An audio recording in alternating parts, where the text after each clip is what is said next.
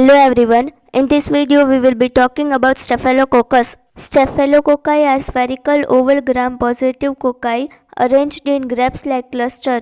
These are ubiquitous organisms, means found everywhere, and the primary natural habitat is mammalian body surface. Some are membranes of normal flora of skin and mucous membrane of man. They produce toxin and are pathogenic. Species. The genus Staphylococcus contains at least 30 species, and the medically important species include S. aureus, the main pathogen causing pyogenic infection in man; S. epidermidis, a normal skin commensal; S. saprophytex, found mainly on genitourinary mucous membrane and skin, similar to S. epidermidis but resistant to novobicin. Staphylococcus aureus. Morphology. They are gram-positive, non-sporing, non-motile, usually non-capsulated, aerobic and normally facultative anaerobic cocci, characteristically arranged in clusters. A few strains of S. aureus possesses capsules visible microscopically, particularly in young bacterial clusters. Culture. They grow readily on ordinary culture media under aerobic or anaerobic conditions within a temperature ranges of 10 to 42 degrees Celsius, optimal temperature being 87 degrees Celsius. Nutrient agar. After 24 hours of incubation, the colonies are large, round, smooth, raised, shiny, opaque, and are often pigmented. Pigment production is best seen when grown aerobically at a temperature of 20 to 25 degrees Celsius. Pigment remains localized in the colony. Pigmentation is often poor after an incubation of 24 hours at 37 degrees Celsius and absent if grown anaerobically or in both. The production of pigment is enhanced by culturing the organism on special media. Blood agar.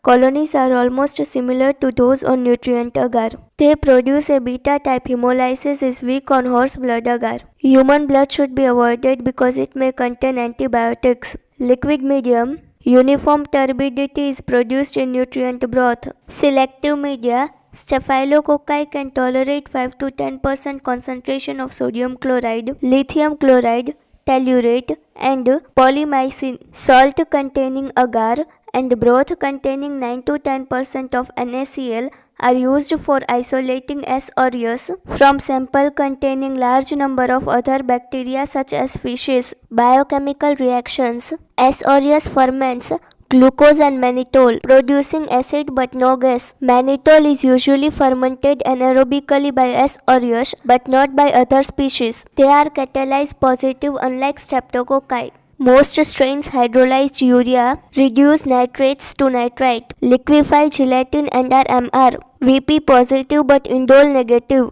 Identification. Coagulase positive. Protein A is formed by more than 95% strains of S. aureus. Phosphate is produced by most of the S. aureus. Deoxyribonuclease test. They hydrolyze DNA. Mannitol is fermented with production of acid by most strains of S. aureus. Antigenic structures. Staphylococcal cell wall. Protein A.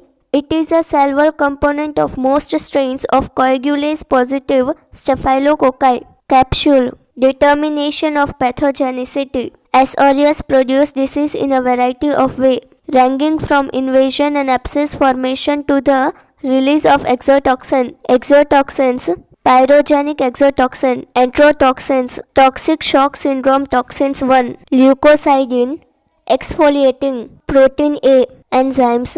S. aureus produces a number of enzymes, coagulase, phosphate, and deoxyribonuclei related to virulence of the organisms. Pathogenicity. S. aureus lesions is characteristically localized. Coagulase enhance virulence of S. aureus by inhibiting phagocytosis and forming a wall of fibrin clot around the lesion. Superficial skin infection. Deep infection, bone and joint, osteomyelitis and septic arthritis, respiratory tract, pneumonia, lung abscess, emphysema, intestinal, enterocolitis, cardiac, endocarditis, pericarditis, CNS, meningitis, brain abscess, bloodstream, septicemia, pymic abscesses, toxin mediated. Toxic food result from ingestion of performed toxin with poisoning food. S. epidermidis, commensal opportunistic pathogen in prosthetic devices and may lead to septicemia. S. saprophyticus, opportunistic pathogen, septicemia and epicarditis. Laboratory diagnosis, specimens. These are to be collected depending upon the nature of the lesion. Pus from supportive lesion, CSF from meningitis, blood from septicemia, sputum for respiratory infection, and suspected food, vomit or feces from the food poisoning. Smear should be made. Cultivate the bacteria in the culture for identification. Coagulase test. S. aureus is coagulate positive. Antibiotic susceptibility test.